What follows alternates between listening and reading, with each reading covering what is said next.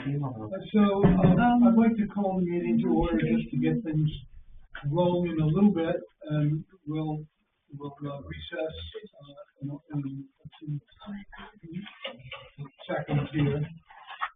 So we've got 4 voting members here, and David comes to be the 5th voting member. 3 being a quorum, 5 being the maximum number of voting members. We have minutes that were sent out to our previous meeting. Terry sent them out. Did you all get them? Yes. And does anybody have anything want to say about that? I think Terry did a good job. I just hope that we accept the minutes. Great. And we have a second? Second. All those in favor of accepting the minutes? Great. They're accepted. So we're now with the discussion of the Pigeon Brook Road subdivision, and I'd like to recess and wait for David to be here, if you don't mind. But we can get the pro forma out of the way. I was on a board once where when I called for the reading of the minutes, he got up and took the board. He says, "I will not spend all my time approving the minutes of the previous meeting." So, people are like that. You never know. So I'm glad to see a big group of people here. I don't know all of you by name, but I know some of you, and it's great to see you here.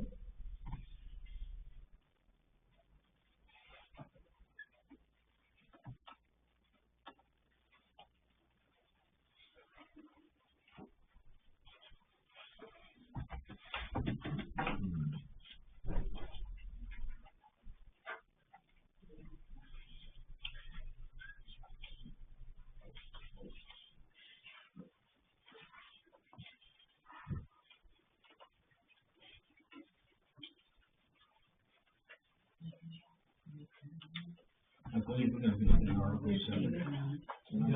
Preliminary plan. Preliminary plan for the Maybe something. yes, exactly. Article 7. Yep. Yeah, where Behind the desk. Yeah. Yeah.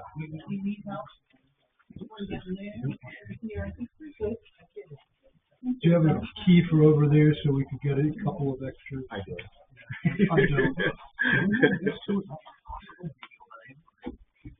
I know. I wondered who was behind you. Yeah, Jamie, do you mind if we kind of move to right where he is? I mean, somehow we've got to make it so that we can get more people in here and we can all see them.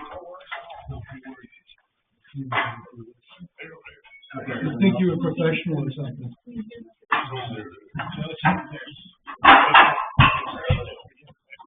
So I got through the designated voting members and considering the minutes.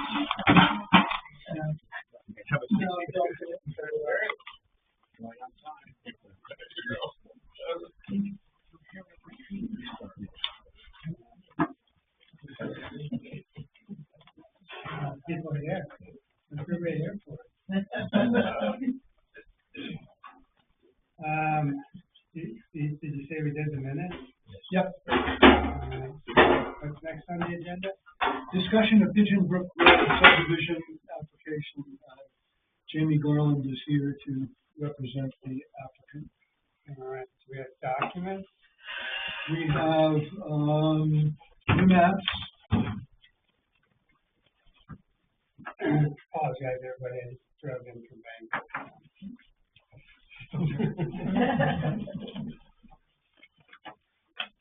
And Carrie, you're making a file, so this one would go into the file. Thank you.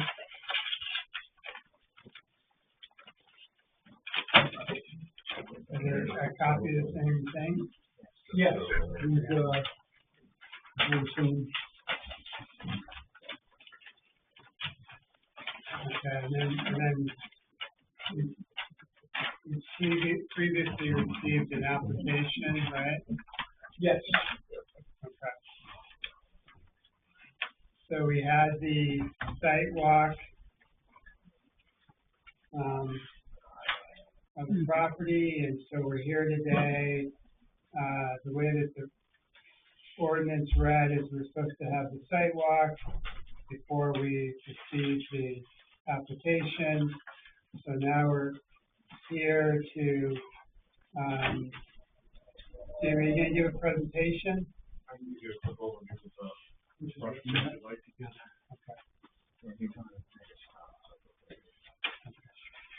I know you gave a presentation. Are most people here for the subdivision? No? Okay. What about you in back? No? What do you all hear about generally? Subdivision. Subdivision. Okay. If anybody would like, you can pass this around. You guys can look at it. I don't. Is there anything different from the one we talked about last? All we did was we adjusted the lot line. Like in Ireland, the rest. Okay, so why don't you do this, Jamie? You gave us the presentation before, but why don't you give a short 5 to 8 minute presentation on who you are, who the landowner is, what the project is, why you have some funky lots, and kind of what the expectation is in terms of what you're asking the board to do. Yeah, go for it. Where is yours? Good evening, and for anybody that's here. For the subdivision, my name is Jamie Garland. I'm with Mainland Development Consultants. I'm here on behalf of Andrew Porter, the property owner. What we have here tonight is approximately 155 acre parcel of land. The land abuts the Saco River and Pigeon Brook Road. We've looked at this lot multiple ways, and it does have a lot of natural resource delineations that prevent truly what I would consider a major subdivision, which has come in with 300 houses in it. And so we've really optimized this more for what Andrew wants. And it's some family lots and a couple lots to sell off, which turns out to 7 lots of the project. The first 5 lots, all about Pigeon Brook Road, all the lots have frontage off Pigeon Brook Road, but 1 through 4 are standard 3 acre lot sizes that then go to Kelly Brook. The back portion, lot 5, is a little bit bigger of a parcel of land. It's bigger just because of the setbacks, the way that brook does run around the property. We had to give it a little bit more land. Lot 6 to 7, the landowner is looking to retain, not for himself, but the way we read the ordinance after we subdivide this, we can't subdivide it again. So we're putting the split in now. He has 2 kids. He wants to have one kid have 1 lot, 1 kid have another lot when that time comes in life. Natural resources have been delineated on the site. We've completed test pits for septic evaluations, provided those for each lot. Our geologist has done an aquifer analysis for support for wells, which we've included in the application package. Tonight we're here for acceptance and approval for the preliminary application, which will then allow us to move forward to public hearing and final applications.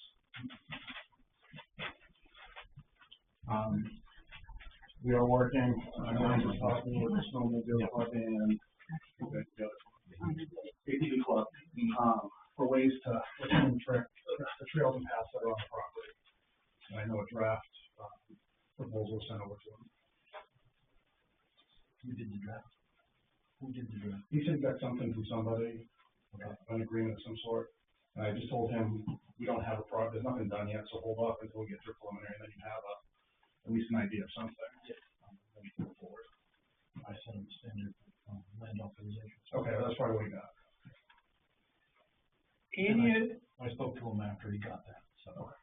Any other questions from the public to Jamie about what this project is, what they're thinking, any concerns you have about this type of project? Yeah. Yes, I have a question about the 2 larger lots. Let's just say that Mr. Porter's not being honest with us and he wanted to subdivide those later, or if he sold them to someone and the next owner wanted to subdivide them, what is the process for that? Sure, I think we can answer that on the board side. Because So- his story has changed a little from the site walk until now. Yeah, I think there's some vagueness in the overall plan, but that's the nature of being a business person, I think, is, Right. but the way that the ordinance, and board, correct me if anybody has a different opinion, but the way that the ordinance is written is once a parcel, so this whole thing's a parcel of land, goes into a subdivision, it becomes stuck in time. Like you can't make any changes to it unless the landowner comes back to us and asks for a modification of the subdivision. So we would, if this was approved, and if somebody bought lot 7, 53.1 acres, and if they wanted to divide that up into more than one lot, they'd have to come back to the planning board and ask for permission to do that and put forth a plan about how they're going to do that. Okay, would it be subject to the same process that Mr. Porter's going through now? Correct. Okay. Because on the site walk, I was under the impression those were all for family. Now it sounds like the 5 are going to be sold, which is his land. He can do whatever he wants with it. And the 2 are going to be for family. No, I may have misrepresented. It's probably going to be lots 1 and 2. So son keeping the 6 and 7 for himself. I think his father's lot 5, lot 4 is a brother. He's got one more brother for lot 3, and so lots 1 and 2 are most likely the ones that get sold off. But we don't care from the planning board point of view. Yep. And so we're not assuming that this is all a cozy family operation. Right. And me as a neighbor, I don't buy for a minute it's a cozy family operation. Yeah, no, I think it's a businessman from Texas trying to make some money. and there's nothing I'll wrong be with that. straight up honest with you. But Yeah. there's nothing wrong with that, right? I mean, that's Yep, okay. As exactly. long as they follow the rules. Right. Is there a time limitation on that? They could come in here next year and subdivide 6 and 7. They could ask for permission to do it under the subdivision ordinance, yeah. There's no 5 years. I don't believe so. I'll use Sand Pond Road as an example. I, lived in Baldwin 20 years. That area is beautiful, and we want to see some houses, but that road's changed. And I don't know if it's for the better. Maybe in some people's opinion it is, and my opinion, which everyone's entitled to it, it's not for the better. Yep. Yeah. I agree. So. Yeah. live on San Juan. Yeah. Nope, I drove up there last week, we went kayaking, and I said, wow. Yeah. And not wow in a good way. Yeah. I agree. There's a lot of people in town that say our ordinances are too strict and you should be able to do whatever you want with your land. So, there's 2 sides to each coin. I'm not saying that's my opinion. Yep. I'm just saying that's what we hear as well. Right. Jim, your opinion, not so much as a representative of the owner, how feasible is it, would it be to subdivide 6 and 7? I just told this to Andrew, and I will tell this to anybody here. Because I know both of those lots pretty well. I don't get clients coming to me to do this. To buy property like this with vernal pools. The minute we do the vernal pool investigation, they're out of here as fast as they can. For anybody, I don't see how it's feasible to subdivide. I know, it's so wet. Those Yeah. two It is lots. wet, but there's some nice road frontage there. on It would be lots, big lots. majority of this sits in the flood zone up through here. So unless you contemplated having to deal with lack of flood insurance, or potentially trying to submit a LOMR, which is a letter of map revision, and a letter of map fill, or a letter of request for fill, I'm a little vague on those terms. Building down this area, it's not going to happen. The buildable area for this is this box here. On lot 6 and 7, there's actually 2 vernal pools on the existing conditions plan back here and here. Again, not saying with the right amount of money you can't pay DEP to go through this, but you still have to go through the DEP permitting process. And with a vernal pool, you're only allowed to actually impact 25% of the overall circle of that. So again, I'm not saying somebody couldn't do something, but really what is here, you're not left with a lot of, for 155 acres to get 7 lots is ridiculous. This isn't what people do for subdivisions. You try to maximize this. So me looking at this leaves me a buildable area up here, which would come off that road there, the buildable area up here, and then 3 3-acre house lots. So I don't see. There's probably a better engineer than me that can navigate the way through this, but I don't see how you squeak much more out of this. Lot 6 especially, you're going to have a driveway coming down through there. We did widen this up a little bit, but it doesn't get you enough road frontage to create 2 lots using road frontage and then with a 3-to-1 ratio. So you'd have to put a drive in. This right now is the driveway is allowed, but I don't believe in resource protection roads are allowed to go through. So there's another hurdle there, which I've sat through, I think, 3 planning board meetings where folks have come in to get amendment waivers to resource protection, and they've been rather contentious in town. And again, lot 7, the buildable area is up here. So could you find a way to split something up here? But with all the wetlands and the setbacks, I don't see it. And that lot drops off. Yeah. Yes, right. But lot 6 up towards the road, that could be divided as well, right?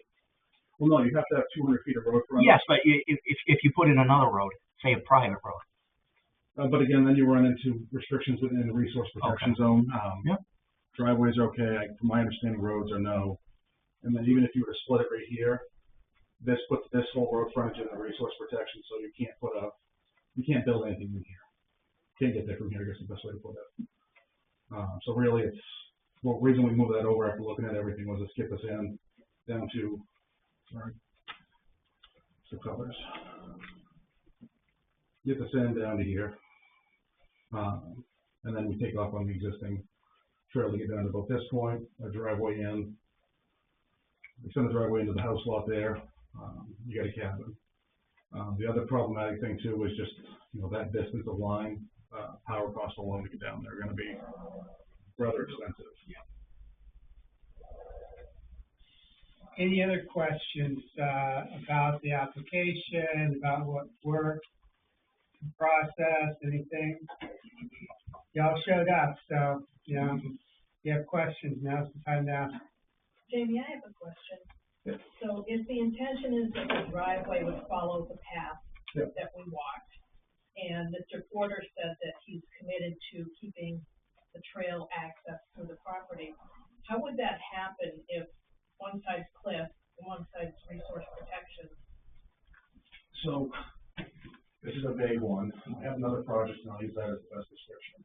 The snowmobile club goes through a wetland. If I was to put a house in a wetland, I have to permit with DEP. But if I tell snowmobile club they have access through this area, I'm not telling them what they can be. You're navigating a very gray area. I will admit that. But what we would suggest is on the inside of the road, driveway coming down and away from the area there, continue the trails on that side. So it's a gray area. And then would it go like out around the top of the house line? No, once you get down to here, so what I envision, I think there's going to have to be some maneuvering of this piece here up through here for us, because this is maybe not. This is the house lot here on lot 2. And that's why I told Andrew, wait until we get this thing locked down before we agree to anything, because I don't want to have an agreed pathway through the middle of a buildable lot. You might have to kitty corner this around, come up the middle of the property line. Because lot 3 definitely goes right through the middle. This one here, all of these trails this way, there's no change. And then on this side, just bring your trail line right up through, and then you get out the same way you did. Same thing down here. When you make that dogleg around, nothing's going to happen down there. We can't build anything. So we'll work with whoever we need to work with. It's just the gray area.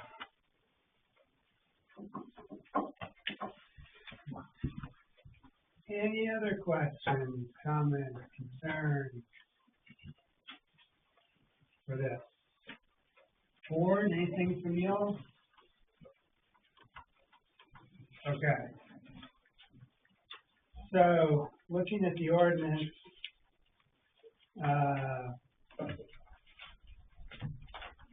5.4, the last, let's see, no, that doesn't. So we're down to 7.1, preliminary plan for a major subdivision. A says within 6 months after the on-site inspection by the board, the applicant shall submit an application for approval of a preliminary plan at least 10 days prior to a scheduled meeting of the board. The application shall be submitted in mail, care of municipal offices, or hand delivered to the municipal office. So you actually gave us the plan before the site walk, but we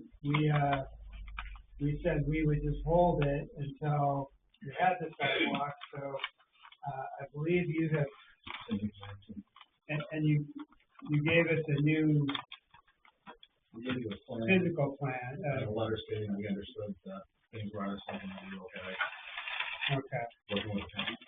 so we got that. All right, so it looks like we're good on 7.1A. 7.1B, all applications for the preliminary plan approval of a major subdivision shall be accompanied by an application fee of $300 per lot payable by check to the municipality. So that's 2,100, and we'll do my math. Debbie has the check, and, we have it. You agree with that, Jamie? We got a Yeah, check? another check. Okay, and we're not have to write that one. Alright. Another B, 3 Bs, huh? B2, in addition, the applicant shall pay a fee of $15,000 to be deposited into a special account designated for that subdivision application to be used by the board for hiring independent consulting services to review the application. Now, when you came in last time, you indicated a concern about that and asked for the board to consider waiving that fee because it wasn't just a landowner coming in, it was you with a reputable firm. And we talked about whether to waive it or not. Board, I guess we're to that point of having to decide whether to waive the $15,000 fee. I proposed postponing the requirement to have that fee until we decided that we needed funds or we needed some to hire somebody, and at that point ask for the $15,000 or more or less, depending on what we need the funds for at that time. That sounds very reasonable to me. Okay. Jamie, I have one question for you. The map you gave us today doesn't show topo. Will you be concluding topo? In the application is an existing conditions plan that should have the topo on it. There's another plan? The only plan I gave you was just the This, revised. the one right here in front of me didn't show topo. But that's the revised subdivision. So there are two drawings that you have? Yeah, you want sheet F 1.1. Okay, that's fine. So this package had two plans. Correct. Can answer my question. All right. So we'll need a motion. Well, Jamie, are you agreeable on behalf of the applicant that we'll suspend the need for the $15,000 under B2, but reserve the right to require all or part of that $15,000 if we determine there's a need? Yeah, and that was our approach with this, is I appreciate where the background is behind that. And again, I think I mentioned that's, in my opinion, when somebody comes into a very large scale 100-unit subdivision, where you've got multiple wells, septic, a lot more, engineering-based data, road profiles rating. Our opinion, this is a survey exercise, with light engineering information with it. And so we agree that we can just postpone having to put that money in escrow, unless there's some need for something specific with the project. Okay, yeah, we're just not, I just wanna make sure you understand we're not waiving. So I think I need a motion, to postpone the requirement of 7.1D2 of $15,000 until such time as the board determines such funds are necessary. So moved. Second. It's been moved and seconded. Any discussion? Okay, all those in favor of the motion to postpone the requirement in 7.1B2, $15,000 until the board determines necessary, say yes if you agree, I guess, raise your hand. There we go. It's unanimous. Sorry, I phrased that really poorly. 7.1B3, if a public hearing is necessary by the board, additional fee is required to cover the cost of advertising. I don't see an additional fee being necessary. I mean, we want to charge a fee for shopping guide. David, Yeah. the major subdivision says that there can be 2 hearings. We must have the second hearing, but we don't need to have the first hearing. I suspect that the audience for both hearings would be very much the same. I would just as soon have one hearing and hear what people have to say. I don't know if anybody thinks we would have more information with 2 hearings, or It depends if it changes anything, I guess. Like, if it changes stuff. okay. How much does it cost to do a shopping guide ad nowadays? Depends on the size. Yeah, this one was last year. How about if we decide to do advertising that we'll ask for $100? Yep. The applicant or applicant's representative shall attend the meeting to present the preliminary plan application. Within 10 working days of the meeting at which the application for the preliminary plan approval of a major subdivision is initially presented, the board shall issue a dated receipt to the applicant. Notify in writing all owners of abutting property that an application for the subdivision approval has been submitted, specifying the location of the proposed subdivision, including the general description of the project. 3, notify the clerk and the review authority of neighboring municipalities if any portion of the subdivision abuts or crosses a municipal boundary. So if it's on a river, does it abut another town? I would think so too. Property line is the town line. Yes, sir. Hey, did anybody receive in the mail like a notice of the site walk? Yeah. Yeah? Okay, it worked. All right. That was me. I just never know if anybody gets those. You know, you send them out, you're like, I don't know. Nobody sent anything. All right. So we have that list already. The butter list. So 1, the dated receipt to the applicant. So are we ready to receive this application? I think we're ready to receive it, yes. All right.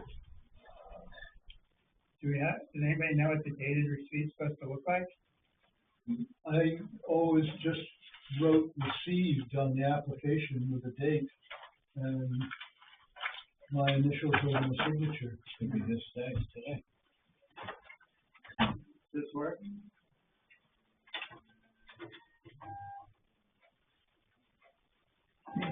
It's a little slow.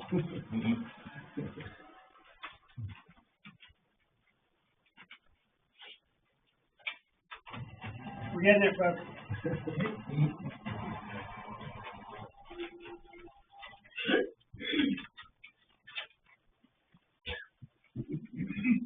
What's the date today?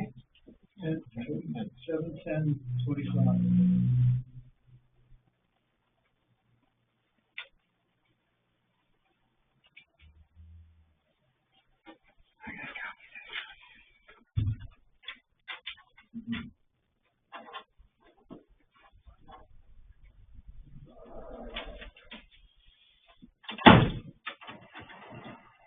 She's warmed up now. Yeah. All right, Jamie, there you go. There's your receipt dated. Secretary, person. All right, now we have to notify all the abutting owners, the application has been submitted. So, anybody in the board want to do that? If not, it defaults to me, so. Somebody writes a letter, I'll leave it mailing. Does that also include the date for public hearing? Nope. No? Nope. So that's a separate thing. I guess. Yeah, maybe down further. So that's two notices they get. One is that we approve the application, and the second one is or we could put that all into one motion. Let's see how far we're gonna get on this. Notify the clerk and the reviewing authority, so whoever does the abutting owners to the town. 30 days of receipt, the board shall determine whether the application is complete, notify the application in writing.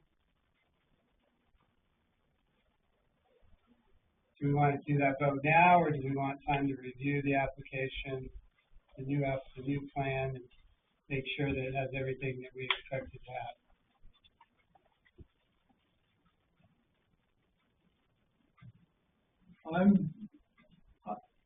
I think the application is complete.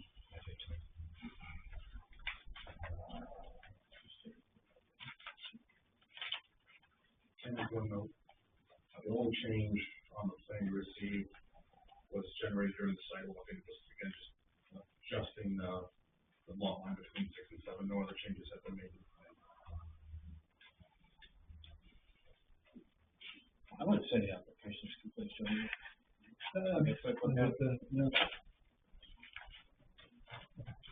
All right, so I need a motion that the board has determined that the application is complete. So moved. Second. Discussion? All right, all those in favor of informing the applicant the application is complete, raise your hand. Unanimous.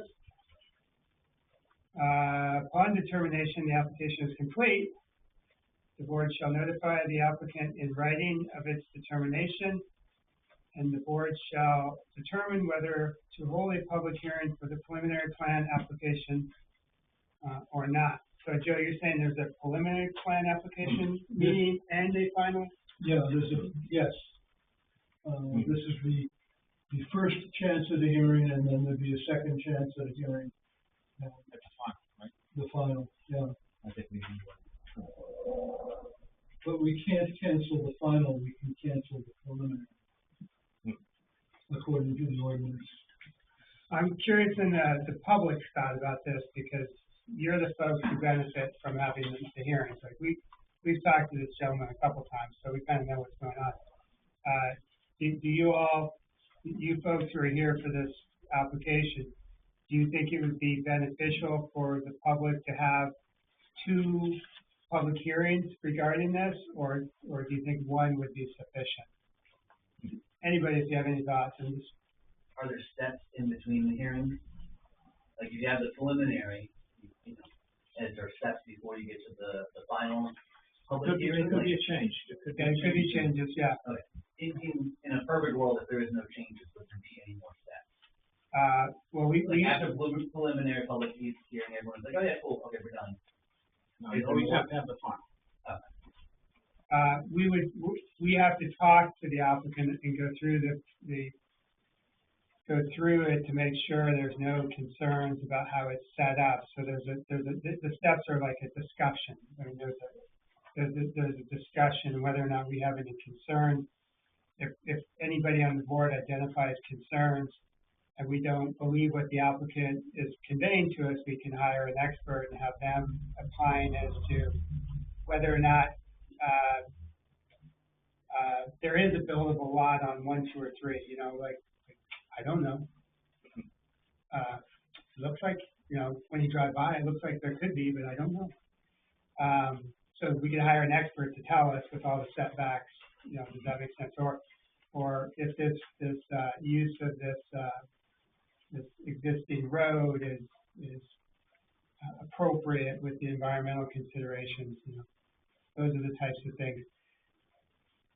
We've looked at this once, and Jamie has did a good job, I think, of convincing us it's a pretty good plan, honestly. I mean, but any other thoughts on 1 or 2 meetings? Yeah. It would seem to me to waive the preliminary meeting and at the final meeting. If something came up during that final meeting that you needed more information or whatever, you know, you could then schedule a further meeting or anything. Yeah. So that would seem to me, but it does look like you've done almost. Yeah. I would offer to the board and the public, I have, my client and myself have no intent of changing the plan. So any changes would be the genesis of our dialogue, and we need to move something to meet a town ordinance that was overlooked. I mean, honestly, I tend to err on the side of more public hearings than less. Just last thing I want to do is have somebody come in and say, I didn't know, even though they should have known. We should have known. Yeah. I agree with you, So, That's fine with me. It's not something not a hill I die. yeah, no, I get it. Once we start waiving too many things, I start to get nervous, so. Yeah, sure. All right, let's go with the idea of having. Hearing. Yeah, okay. So that goes back to what I just asked. Yeah. Would we put that in the same notice? I think we would, yeah. So if the board decides to hold a public hearing, feels like we're going to, it shall hold the hearing within 30 days of determining it has received a complete application. So we have to do it within 30 days of today. So we set a date. We can set a date. And shall publish the notice of the time, date, place in the newspaper of general circulation, shopping guide for all of you who read it, at least 2 times. The date of the publication must be at least 7 days before the hearing. And a copy of the notice shall be mailed to the applicant and to the property owners within 500 feet of the proposed subdivision. David, I have something really picky now. Persnickety or picky? Picky. Okay. We can't catch the next meeting of the planning board, which would be on the 24th, because it wouldn't be enough notice, you know, because of their publication schedule. 30 days. And the second Thursday in August is the 14th, So it's more than 30 days. and that's more than 30 days. So how would you like us to break the law? Jamie, would you be amenable to the second meeting in July, even though it may be slightly outside the zone? The second meeting, August, sorry. Oh, the yeah. second meeting. It's a little longer than 30 Yeah. days. I guess I would ask, because I'm not trying to push it, I'm an awkward stalker that I talk. Yeah. I know that the mob behind me wants to drag me out on this guy's gonna be going. Joking, sir. Again, we wanna be prudent with this. I wanna give everybody information, and so I'd ask for maybe a reconsideration on preliminary versus final. I would offer up that my office would certify mail every abutter to help get that more concise as everybody coming to the meeting. But if we do that, we're in August, we're in September, we're in October. it just starts cascading out, so. That's what the ordinance is. I know. Right now. Not building this year anyway, so, No, it's just getting through the division of land. I get it. So, okay, so the next planning board meeting is what? So we could be either, July 24 or August 14. July 24th, 2 weeks. No, and well, we wouldn't have time to do that. It's more than 30 days out and Still more, I could do. So the 14th is how many days out? 34 days. 34 days. We can always hold a special meeting. Yep. On the 7th of August. So attractive. I won't be at it, at a meeting on the 7th of August.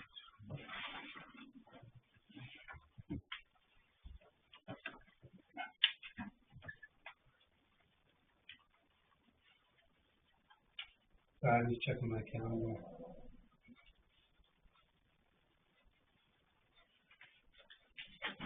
I'm available. So, well, we could do it with less notice, right? We just. Maybe make sense of it.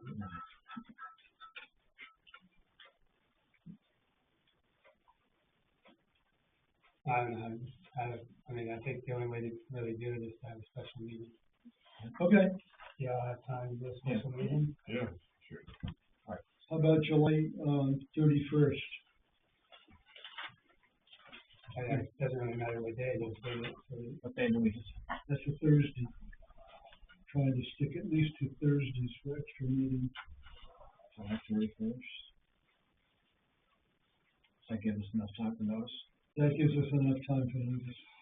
All right, let's do it. I'll be coming from Bangor again, but. Right, July 31st. Can you be here, Jamie, till July 31st? Okay. All right, we're almost done here, folks, for today. 30 days of public hearing, determine the completeness of the deed, determine retail, make findings of fact. Okay, so after the public hearing, we have to make findings of fact. We find that it's complete, we find that it provides all the information necessary, we find it. Maybe something else? So do we need to ask the code enforcement officer to give his or her, his opinion of whether or not this complies with the Baldwin, code? Only one problem with that. There's a Tuesday hour where a code enforcement officer resigned.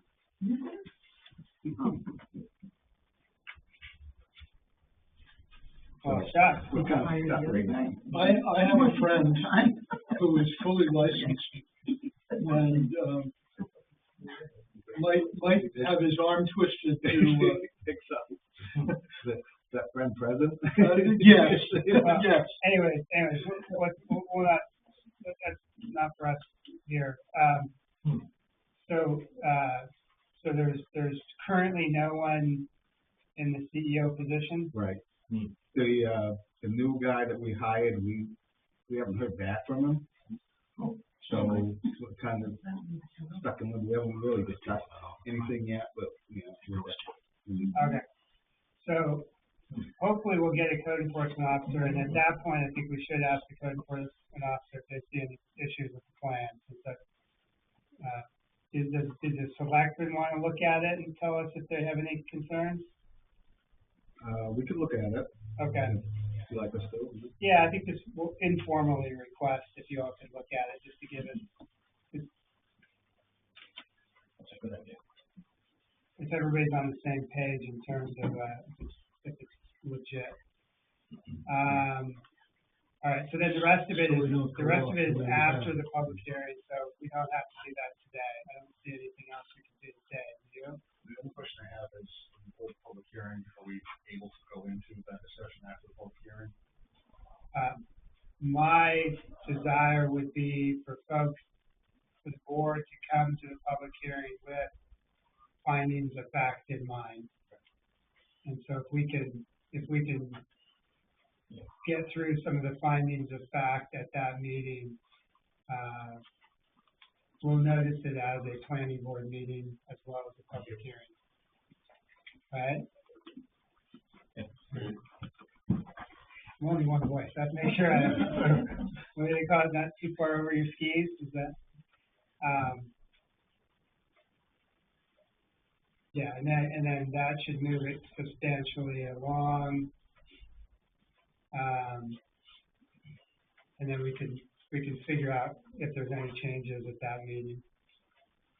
If anybody sees any changes, or if there's questions, or do you think we need to hire an expert? Does that make sense? Yeah. Just process-wise, again, I gotta map the road out. We get through the public hearing. We go through potential findings of fact. If that is all successful, the next steps would be for us to file our final application. Right. And it's more just so we don't run into the same on timing. It will be our intent if we are successful at that public hearing findings of fact. Again, if nothing is drummed up and we've missed, we'll be filing our final application. So just to be folks aware of our timing of things. Yeah, no. You have been very professional and diligent about this, so I wouldn't expect anything less. And I don't feel pushed at this point. That may change after I spend some nice time with this, but no, I think we're in a good place, and we don't usually hold off-cycle meetings, but there doesn't appear to be any way to do it and follow the ordinance. I appreciate it. So you got your receipt. We're going to have to internally figure out notices, and I think we're good. Thank you very much. Our pleasure, our pleasure, our pleasure. Thank you for presenting. And anybody have any other questions about it? He's here. Just Can I hold on this? That was theirs. I will give you mine.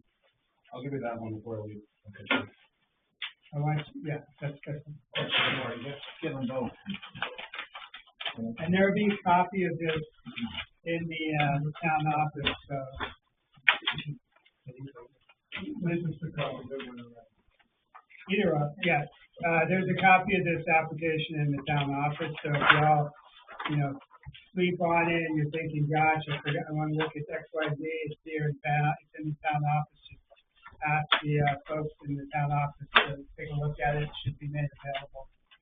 And I think we put a link on the website, didn't we, to the. We provided a digital copy, but I will offer it up to anybody who have any questions about the project.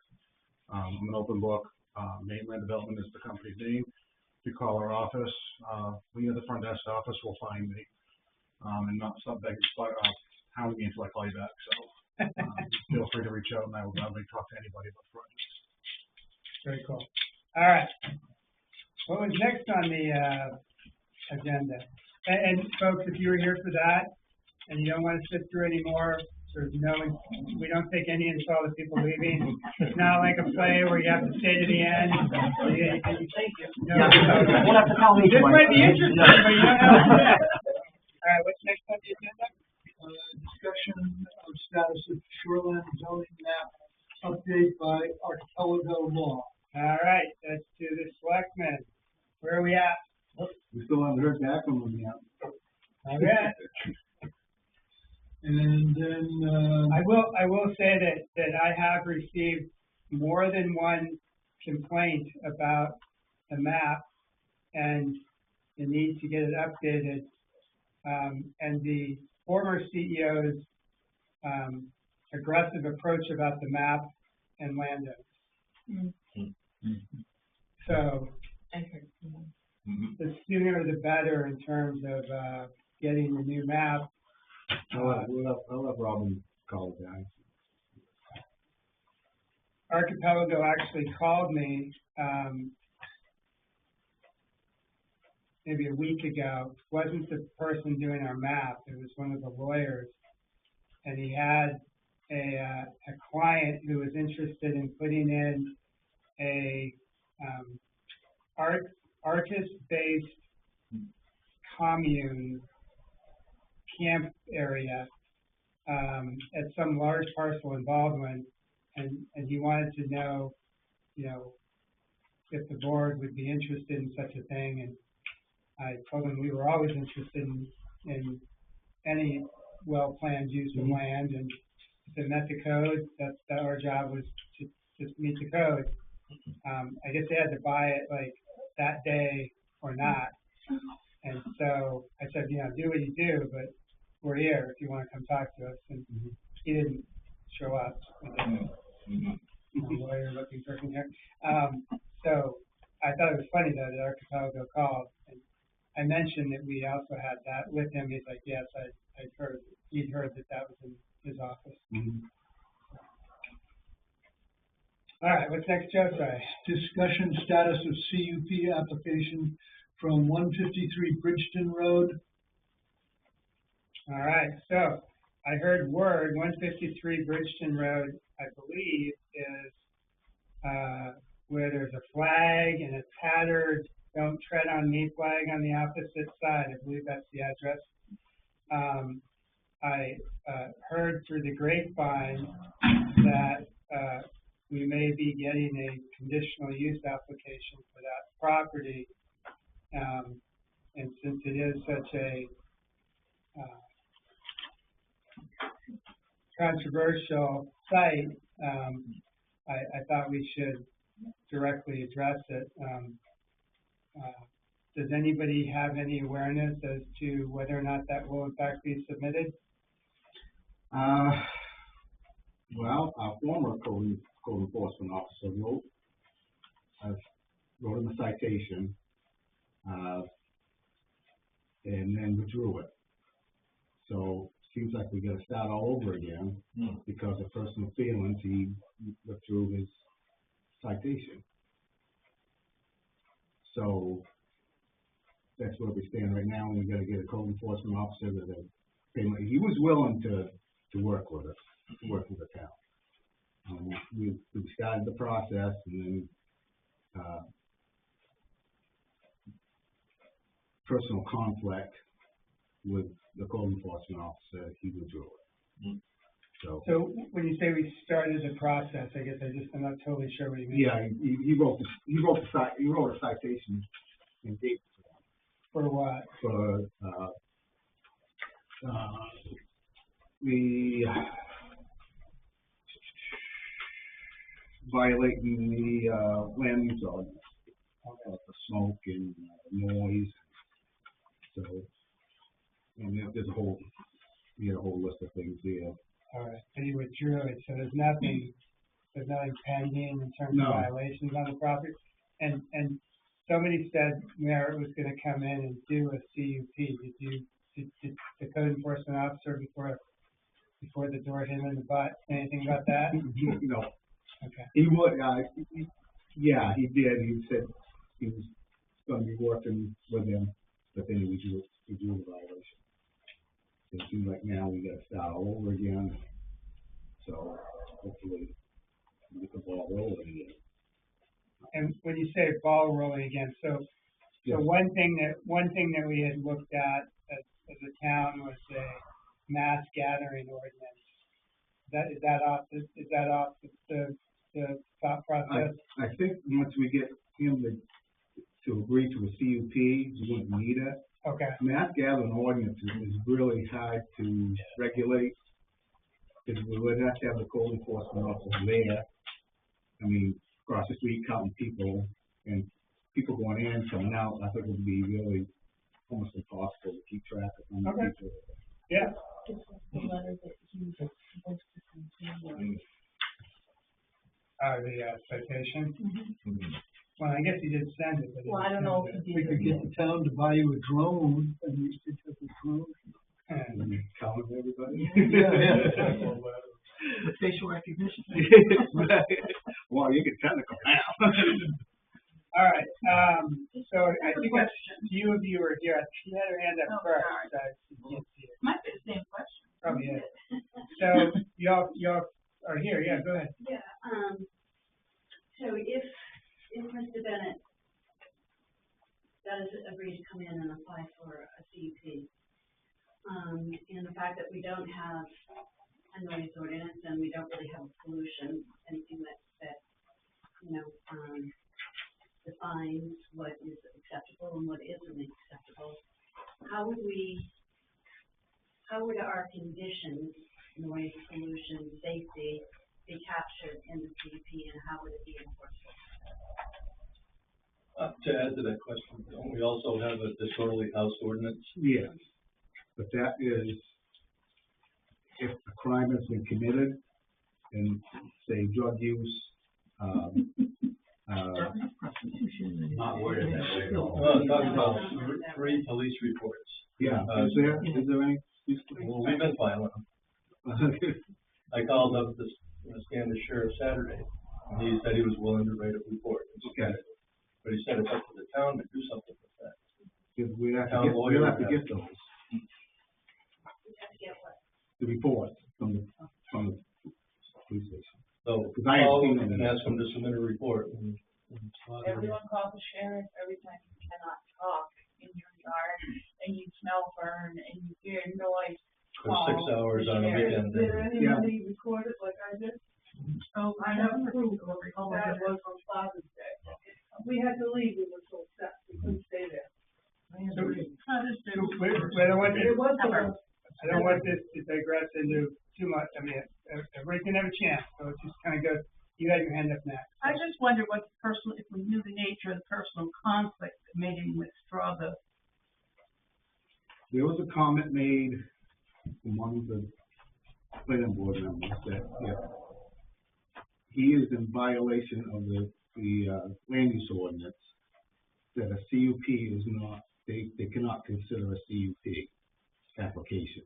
So let me say, I'm the person he had a conflict with. Yeah. And that's not what I said. I know. That's the way I interpreted what I That's said. right.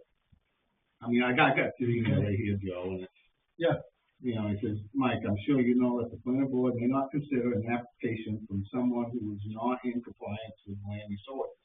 We must vote it down and may not consider any similar applications for 2 years after that. That's what the ordinance says. Yeah. So Mike, misinterpreted it. so the former CEO, felt as though that was unduly harsh, and so withdrew the violation, is that?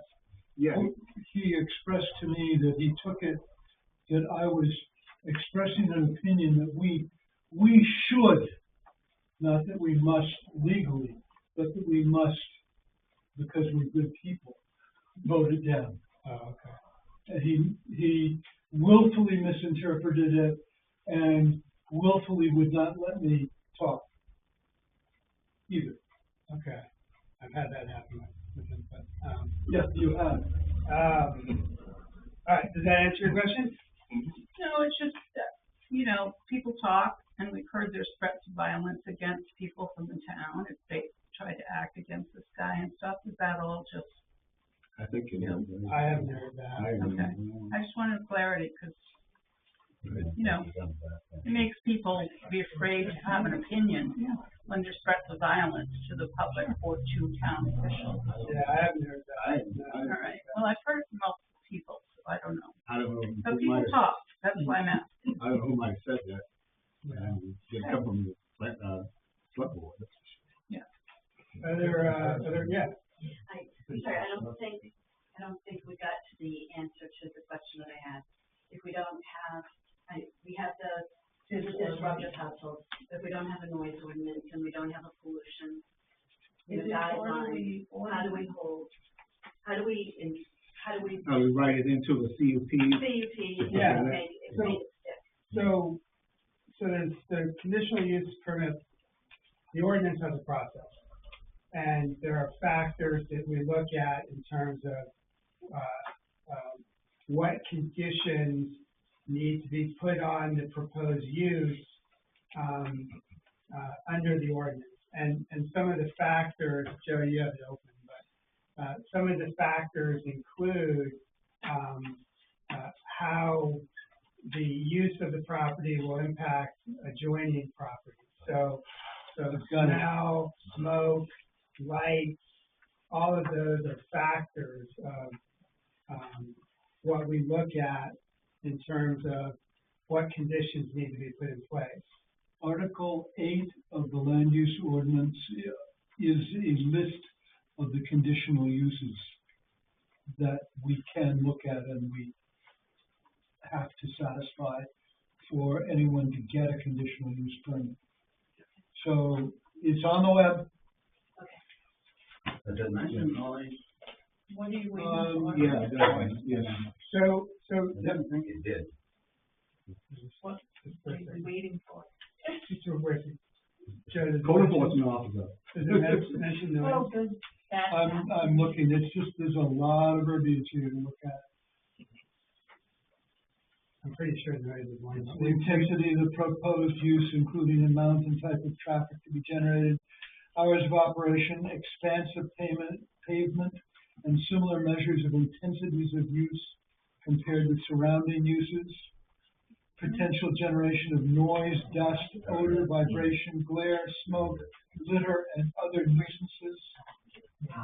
He could find a way to control that. Yeah. You're considered a catch all, that's pretty good. So, let's go back to the question of what are we waiting for. So, a couple different answers to that. One, the planning board is not the enforcement arm of the town, so we have no enforcement authority whatsoever. That's the code enforcement officer and the select board, that they're the ones who enforce the ordinances. What we do is, once an applicant comes to us, we assess their request under the terms of the ordinance and work with the applicant to whatever they want to do, to try to do it in a way that is consistent with what the ordinance requires. So for instance, we had a pellet mill come in, and the pellet mill was, from here to that house, away from a house. And so we had to look at how can we mitigate, or how can the applicant mitigate the noise from that mill to the house that was, 2 football fields away. And so we spent a lot of time developing with the landowner, mitigation of a physical barrier, so the noise wasn't perfect, but it reduced the noise. How could we reduce the smoke and the noise from a burn permit? I have no idea, and I don't know if we could. So, right? I don't know. I mean, I'm assuming you can't, because there's a lot of trees in between. Seems like Woods Pond is a microphone that magnifies the noise and sends it right over to San Juan. Right. But we don't predetermine whether we can or can't. We get the application, and then we work with the landowner, and we try to mitigate it to the best possible. And so far, every application that we've had before us, we've found a way to mitigate the problem. I don't know whether that'll be true with. My understanding is this landowner is not flexible, polite, or respectful when you even approach him. I mean, I'm not gonna He was with Mike. He was? Yeah, he was willing to work with him, yeah. Good. He was pleasant to him. For over 4 years. Yeah. But maybe for this, a couple of us have been at a select meeting before and covered some of this, but if for chance we can't come to an agreement, then the next steps, I believe you said, was possibly getting the lawyers involved. So that would be if you don't get agreement, if parties aren't satisfied, then that would be the next step. There is a process to that. We have to give him 3 notices of violations. He has to realize what his violations are. And, this could take some time. That's under the discretion of the code enforcement officer. He's got to give him at least 3. He can give him 4 if he wants. But after the 3rd one, if he still isn't in compliance and still breaking the land use ordinance, you bring it to us. We decide, okay, let's send this off to the town attorney and let him deal with it. And then In our meeting with you a week or two ago, last week, yeah. you said that was the best route to go. You were willing and responsive to our needs Oh, yes, and our complaints, and you said you see it from your house. Yeah. There is zero question that there's a problem. oh, yes, So we really, all of us in this room need your help yeah, and act on this and make it a priority, because we were here in a meeting last fall trying to solve this. Mhm. It's been going on, it's not getting any better, right, and it's not gonna go away Yeah. unless you and the select board and the planning board help us mhm. Oh, yes. to solve this problem. Well, Obviously, we can't do it, yeah, so we need Yeah. you, and Well, if we can help you with it, tell us. well, It's Chuck- not be breaking some state laws with the environment, well, that's something, that's something we have to look into. And with the lack of a code enforcement officer, are there any resources available from Cumberland County that we could reach out to in this case? You have to look into that? No, I'm not sure. The English code enforcement officer. No, I don't think so. We have to If you point, pay an employee, how do you cover that? what's that? There's gotta be a way to cover a position and a need that you don't have by what they're saying. Yeah, we get a temporary code enforcement officer right off. So, yes, we're in desperate need to find one, and, I just wanna say that last weekend, I could hear it from my house, and that's bad. Saturday was really bad. Really Sunday bad. was Sounded a private, not so bad, but still there. Yeah. But it's right in our backyard. It sounded like a NASCAR race. But it went on all day, from the morning to 6 o'clock Yeah. at night. I had to close my windows because I could smell the burning rubber. Yeah. It was ridiculous. That was actually. So when you say he's willing to work with you, how is that even possible when the very nature is spinning of wheels? It's either you shut down or you continue, one or the other. He probably is gonna realize that, we mean business now. And we're going, Doing it more and more. yeah. See, he's claiming. Yeah. Well, the one thing I noticed when we first started hearing this, we were at the camp and it was very loud. And my friend of mine was there and we said, what is that? We didn't ever hear it before. So we took a ride and where is this and why is it going on so long? Because the police aren't stopped. We thought it was kids in the street. Oh, yeah. And then when we got to the main Bridgeton Road, we couldn't hear a thing. It was like somebody said, it's only amplified onto the pond. So the police or the sheriff has to come and listen for themselves what we're hearing. Because when we took our drive, I called him. He stayed at camp. And I said, is it still going on or did it stop the minute we drove to check it out? And it was quiet, right on Bridgeton Road where he is.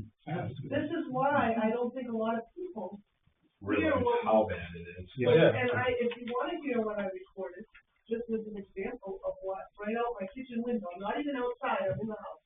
It's Father's Day. And this was Father's Day. Yeah, no, I was out fishing on the pond. We can't even carry a conversation in my backyard when this is going on. Well, I also want to let you guys know, the more complaints we get, more emails we get, will make our case stronger too. I sent one last June 2024. Yeah. Oh, yeah, we see them, we take it all in, Careful what you wish for. Excuse me, I'm new to the area, to the selectmen? Yeah. More complaints to the selectmen, okay. Now, I heard he was supposed to run his spit certain times of the year, but I live here year round. And I've heard him at 10 o'clock at night run those wheels. Yeah. He does it throughout the year. I'm in the kitchen, putting it to the cleaning. 6 to 8 hours a day, sometimes both days of the week. And That'll drive me nuts. It's like you're in your backyard. It will. All day, from morning to 6 o'clock. Right next door.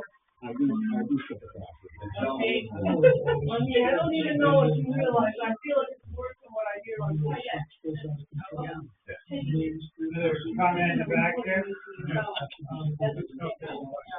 mean, We have one speaker at a time, please. if I wasn't busy last week, I One would speaker at a time, please. One speaker at a time, please. Thank you. There is a form, or at least there was not too long ago, in the selectman's office complaint form. And if you were to take a copy of that and duplicate it and distribute it, and get as many people to fill it in as you could, that would I don't know where it is right now.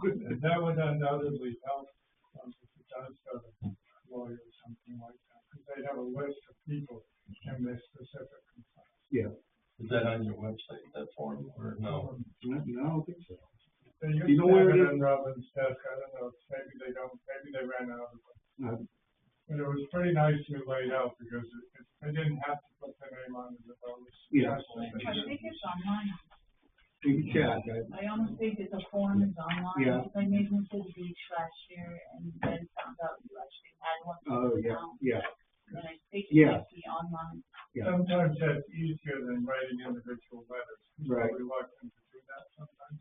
So if they just fill out a form like that's pretty easy. And you want to attach a letter with it, so much better. Another comment? Yeah, but you do keep all the emails. Oh, yes. Okay. I've got a special file on my email. Whatever, well, only just because everybody got emails, so, you know, we encourage people to resend emails. That's maybe easier That's true, than too. downloading a form. So is it necessary for us to get police reports filed to you for something to happen with this? Yeah, it'd be another resource or evidence, documentation, yeah. Always If before the them sheriff get calls there, the selectmen and says they're referencing the disruptive household ordinance, so that you guys will agree and say, yes, Oh, yes. you're aware. Oh, yes. All right, so,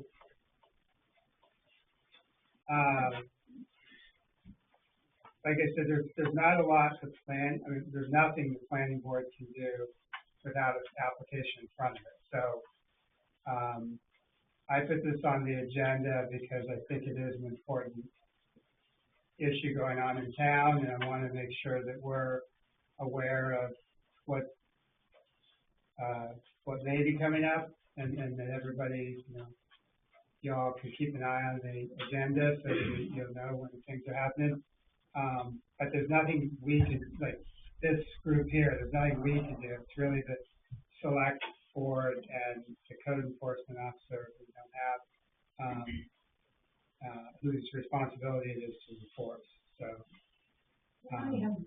I have a problem with, why would you give them a permit for something that we don't want anyway? I don't know if we will, but if we get, you know, if he doesn't come before the board, we don't know if there's any way to address it.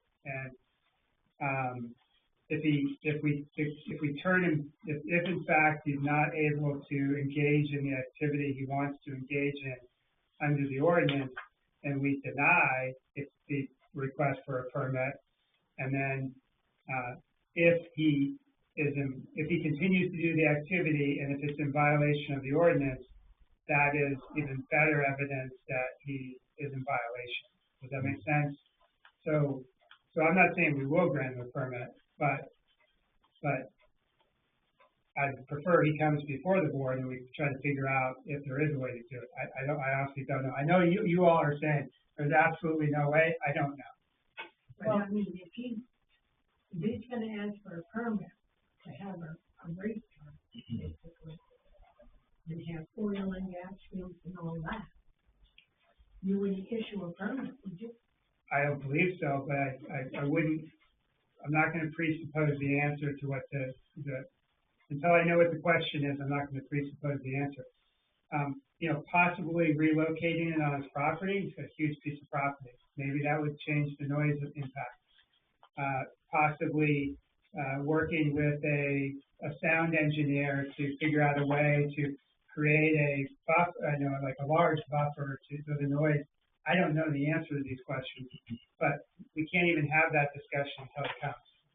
But at this point, he doesn't have a permit, so how can he be legally doing what he's doing without a permit?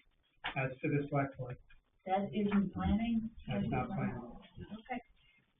Does anybody know if he's collecting a fee? Yeah. Does he have a business license? Oh, yeah, No. motor garage as well. So that's a potential violation right there too, right? That we could raise, right? To the select board. I think he does it as donations or Okay. whatever. Yeah, but an individual that I wonder, is not allowed to I wonder what accept the donations. IRS would say about the difference between donation and income. I've heard from people that People you don't said, get through the door unless you give them the donation. Right. I think the IRS would have a definition for us if we wanted one. He used to call it a donation, has stopped that. Now it's just, you know the routine, $10 to spectate, $20 to cover all day long. So there's tax evasion wound up in there too. Oh, that's interesting, he's not paying tax. Of course not. State tax. We don't know. Of course not. We don't Cash know. business. We don't know that. All right, you're right, you're right. We don't know. We don't know anything. All right. I want to kind of wrap this up. So so you started, you can end it. So the idea of the planning board inviting him in to talk about a cup is not on the table any longer. Not right now. We are always inviting him in to have that discussion. So Actively? no, I mean, where's the camera? Come in, come to it. I think we'd be more than happy to have him come in. I don't know what the answer to this issue is, but I'd rather have somebody come in and talk to us than just go do what they want to do. So then Jim will be seeing you at the Yep. Try to figure out how you're gonna get him in? Well, But the enforcement aspect doesn't require us. So if they want to enforce, if they want to find that he's violating, existing ordinances for whatever reason, that doesn't, we don't have to be involved in that. That's separate from whether he comes in to try to work out a way to do what he wants to do in a manner that's legal under the code. Two different avenues. I have another question. That mass gathering that Josh has, is that in the book? On the The website? select board decided not to pursue that. I asked one. You can ask them. well, We worked long and hard on that. see, that was something that I wasn't aware of. I'll tell you right now. Bob Funboy, he was here I every know, night. I was not aware of, he did not discuss it with me, or Dale. So, and Joe brought it up one night at our selectmen's meeting, and it was like a total shock to me, So what would it take to get that to you people to accept it? So we'd have to do a public hearing, it has to be voted on by the town. No, We did a public hearing with you passed it on to them, and it never got acted on, yeah. which right in itself is discouraging to all of us. Mhm. We don't feel it's, because the state has their own rules, and the code enforcement officer says, well, really you don't need one, because the state has their own rules. But Once when we call and complain, they tell us we have to have something on the book. Isn't that right? But I think the disruptive household ordinance, in lieu of that, should get the sheriff to come in, particularly if the selectmen agree that we can use that, because specific language was concerned. And he also has a house down there too, so it covers the whole part. The sheriff should have known that notice ordinance is in effect. There's no noise ordinance. Well, it's So- disorderly Well, it conduct is, or it is. noise in your Yeah. adjacent property Yeah. that fits the bill to the police. Yeah. It's Again, that's the selectmen enforcement. Ernie found it. Thank you, Ernie.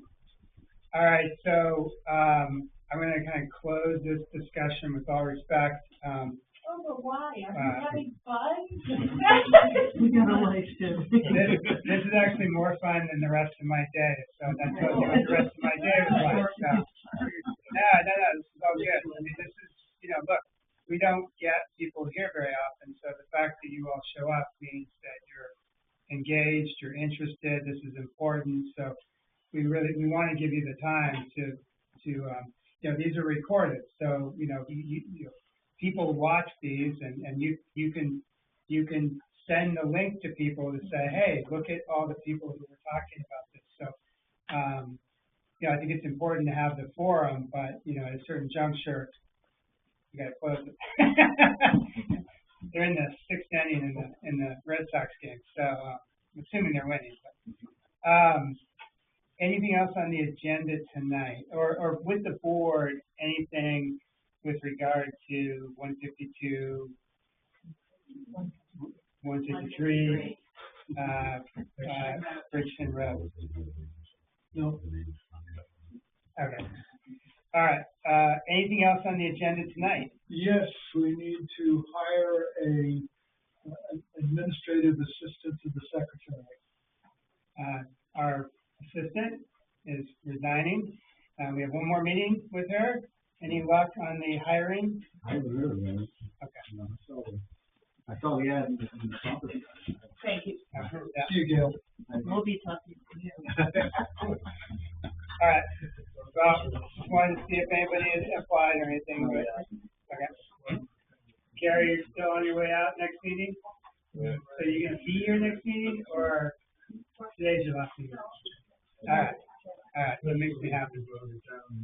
All right, anything else? Anybody like a job? You can come here every time, just use it over and over again, it's like Groundhog Day. Entertain a motion? Move we adjourn. All those in favor? Unanimous. All right, thank you, everybody. Thank you. Thank you.